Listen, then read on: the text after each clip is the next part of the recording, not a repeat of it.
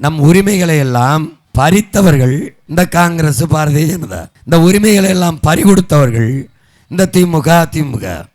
India தேர்தல், இந்தியாவை யாரை ஆள்றது அப்படின்னா பாரதிய ஜனதா காங்கிரஸ் பின்னாடி இந்த திமுக நிற்கும். தமிழ்நாட்டை யாரை ஆள்றதுன்னா இந்த காங்கிரஸும் பாரதிய ஜனதாவும் திமுக பின்னாடி நிற்கும். இதுலேருந்து என்ன தெரியுது? நம்ம உரிமையை பறித்தவனும் பறி கொடுத்தவனும் கூட்டா சேர்ந்து ஒவ்வொரு தேர்தலையும் சந்திக்கிறான்.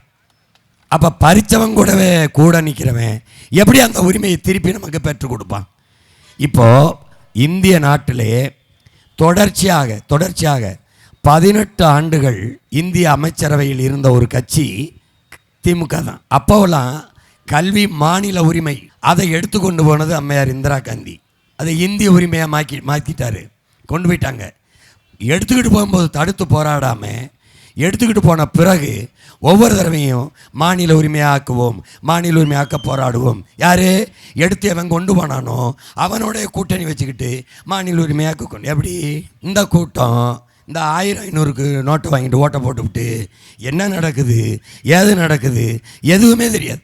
இவன் 2000 கொடுக்குறான், அவன் வந்தால் 2500 கொடுக்குறான். எது? இவன் சின்ன திருடன், அவன் பெரிய திருடனுக்கு போட்டுறது.